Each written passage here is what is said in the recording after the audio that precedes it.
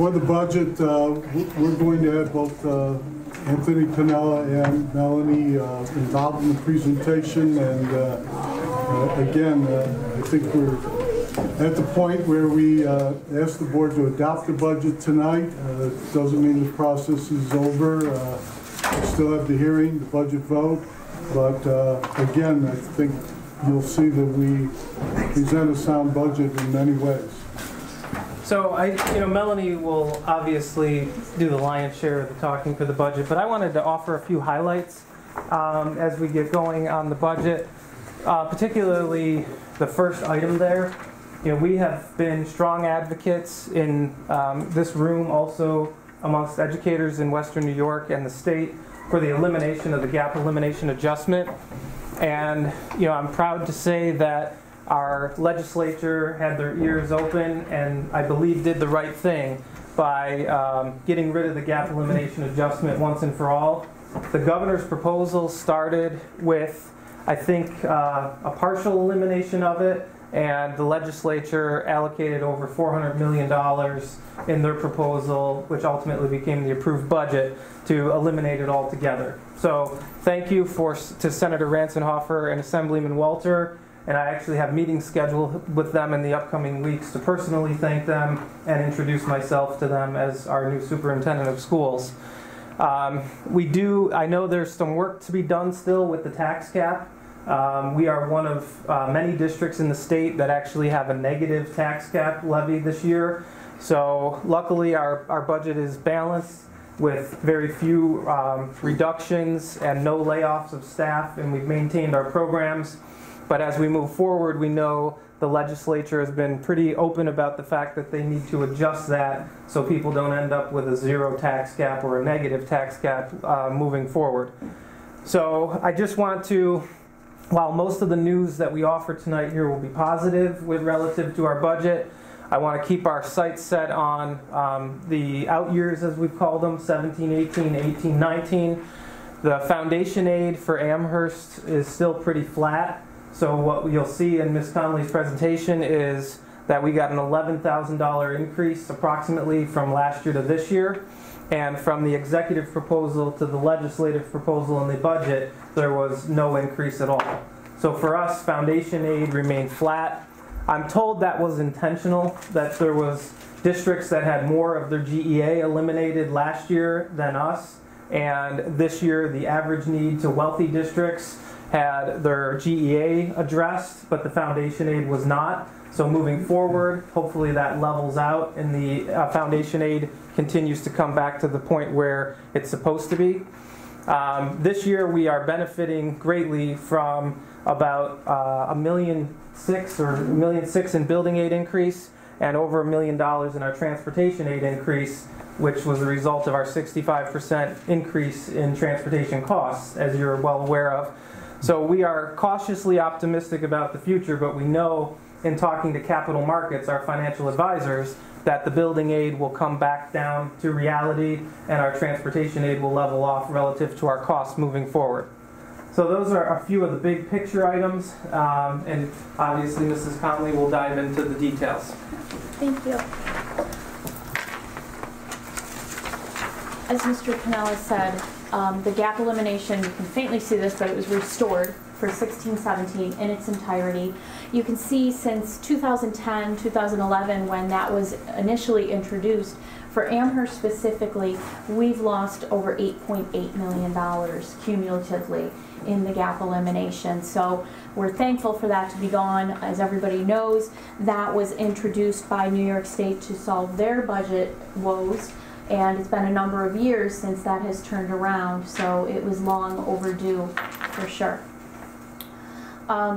Tonight we're going to present to you the budget as it's completed, and we're asking for the board to accept the budget as it's presented this evening for the vote in May. It's the third Tuesday in May for all school districts in New York State.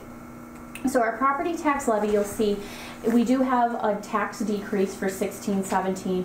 The out years we're assuming for 17-18 a 1% increase in CPI and 2% for 18-19. Those might be a little aggressive given that this current year is a 0.12 in CPI, but originally we were working with a 2% CPI for those 2 years, so we scaled that back a little bit.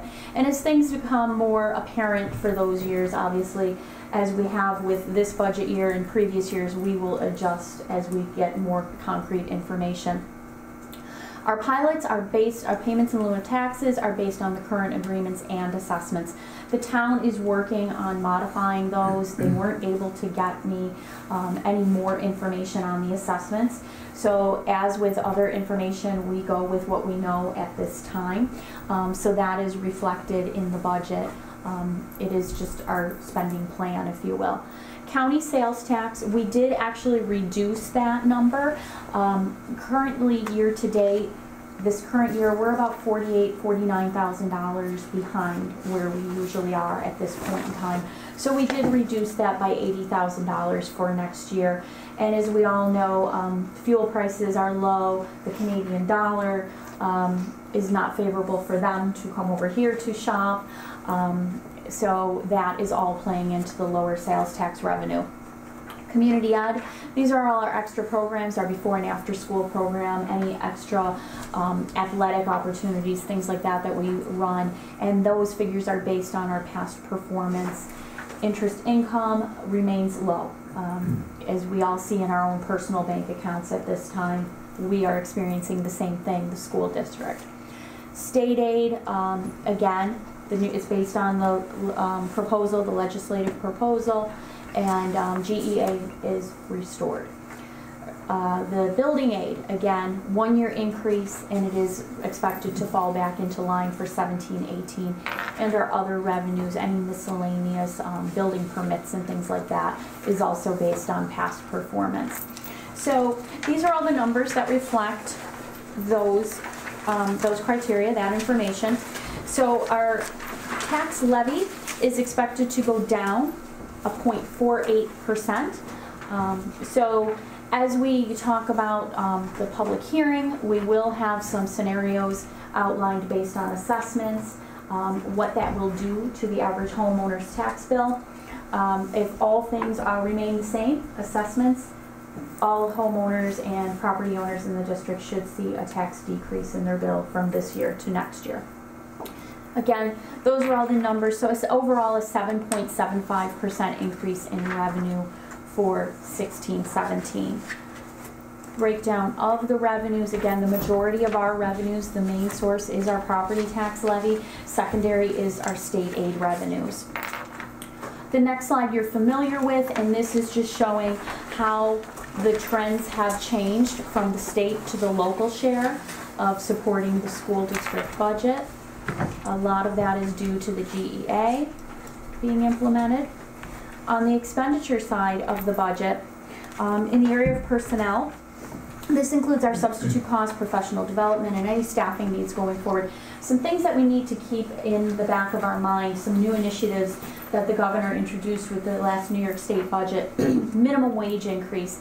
He's looking for that to go for this area of the state to $12.50 by 2021. So essentially a 70-cent increase each year. And we'll be looking at that and talking about that in more depth as the year progresses and what will that mean for Amherst specifically. Another piece, the state adopted a Family Leave Act, and that is to be implemented January 1st, 2018. Essentially, it's a state-adopted program, and individuals can get up to 12 weeks off, child rearing, taking care of any sick family members.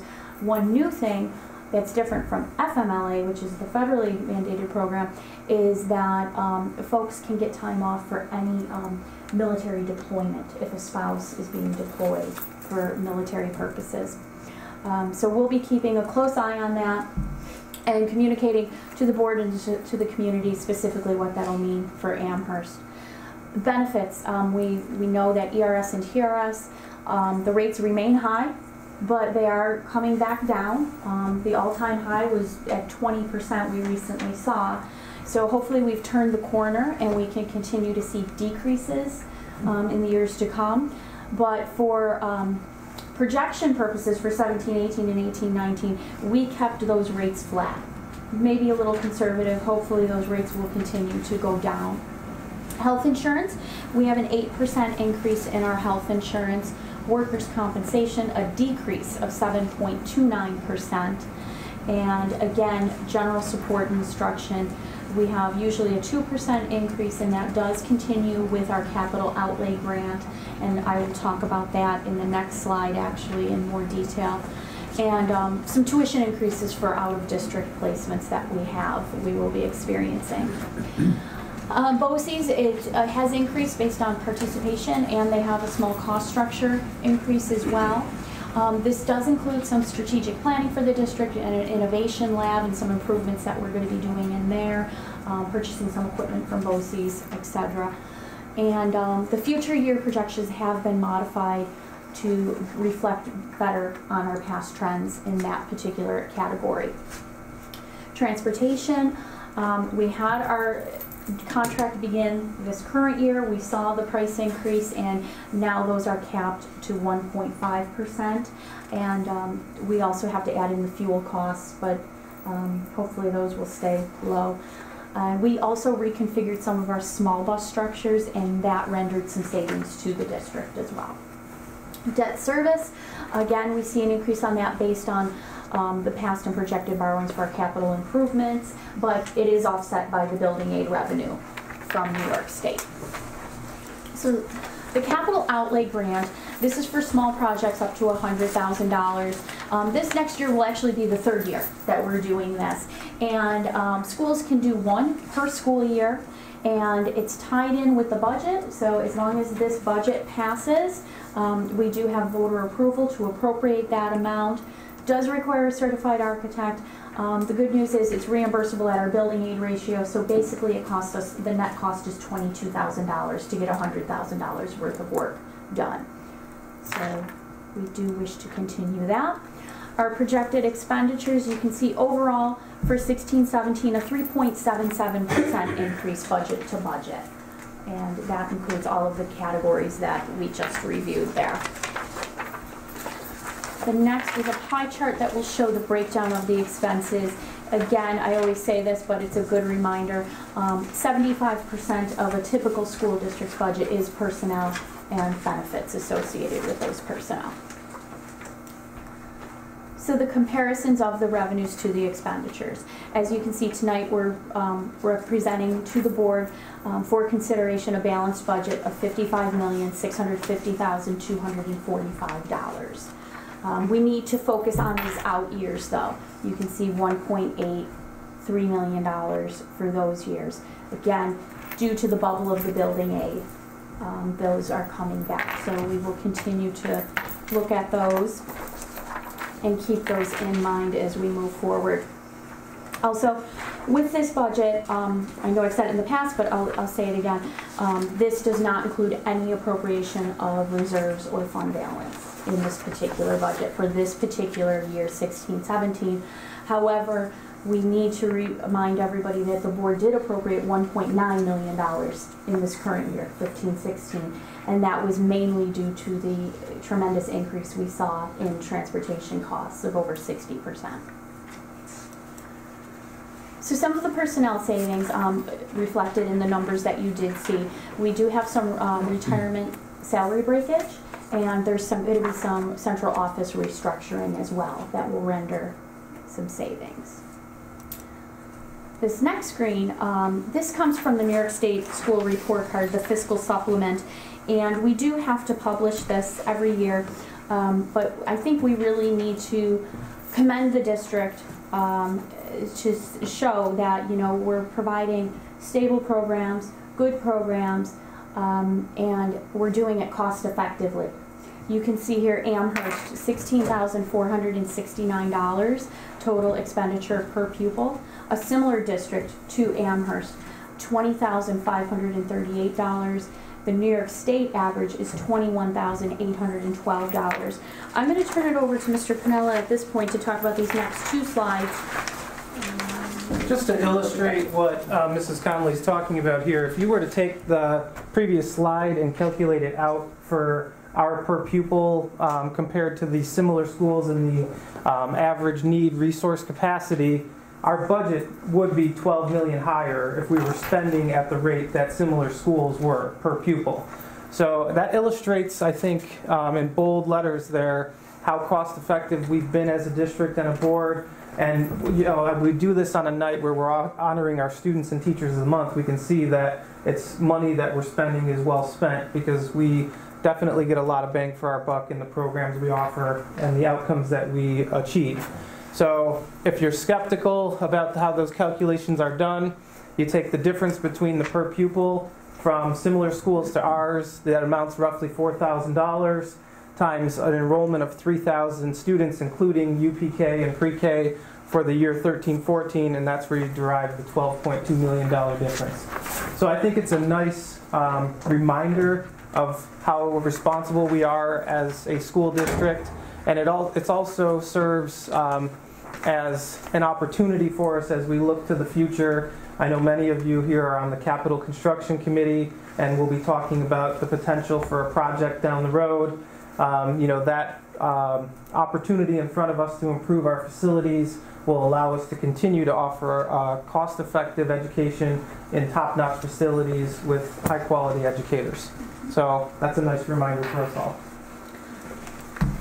The next slide here just shows what we currently have in our fund balance and reserve. So at the beginning of this fiscal year, you can see overall between fund balance and reserves, we had just over $8 million. The appropriation of the $1.9 million and some encumbrances that we had carried over from this past year could potentially bring it down an additional $2.2 million.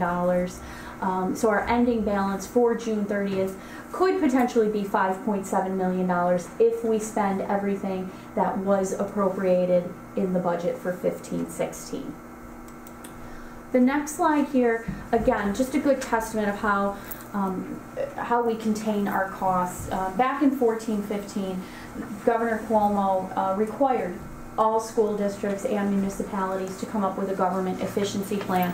The requirement that particular year was to demonstrate to the state that we had implemented either shared services or some type of efficiencies that we identified that were equivalent to 1% of our levy.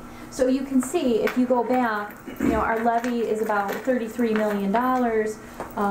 So we would have had to come up with $335,000 in savings. So just from the shared services, we had almost $250,000. But then if you take it a step further, all of these other things that we did, we showed to Governor Cuomo over $2 million in efficiencies that we were able to save. And as long as those things continue, that savings continues to go on as well for the district. Some things that we like to highlight, some of our accomplishments and what we've been doing. We've had collaboration with local universities and colleges. We've upgraded our security systems. We implemented a new student management system, which included a parent portal. We've had summer school opportunities, which continue to grow, by the way. You'll see this summer an enhancement to that. Our instructional technology, from having the Chromebooks, going to the Google platform, et cetera, et cetera. So we've had, in addition to that, upgrades to our infrastructure with this past capital project, hardware, software. We have ongoing curriculum writing and professional development. The capital work, again, we're finishing up the 23.8. We've got the $4 million project here coming up for Windermere, and we're looking next at the high school and what we can do there as well. We have the design of the new district web page. Our student successes, you just saw from the French Exchange Club and the opportunities they've had, and some of the college-ready students and where they're going. So some things that we definitely should be proud of, and I think we're a little humble with that. We don't always focus on that, and I think we need to display that a little bit more. So With that, I will take any questions. Again, tonight we are just proposing that the board accepts to present to the voters in May the budget as it was presented this evening. So I'll take any questions.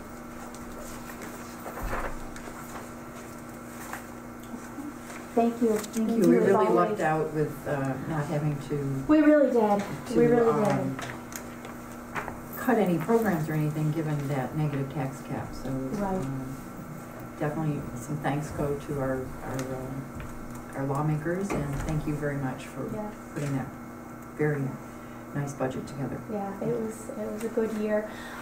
You know, the foundation aid, that's our next focus, and the advocacy still should continue with the foundation aid, because with all the monies that were appropriated in the state budget, Amherst only saw $11,000 come back to us. So I guess if I would say anything, that's the one thing we do need to continue is the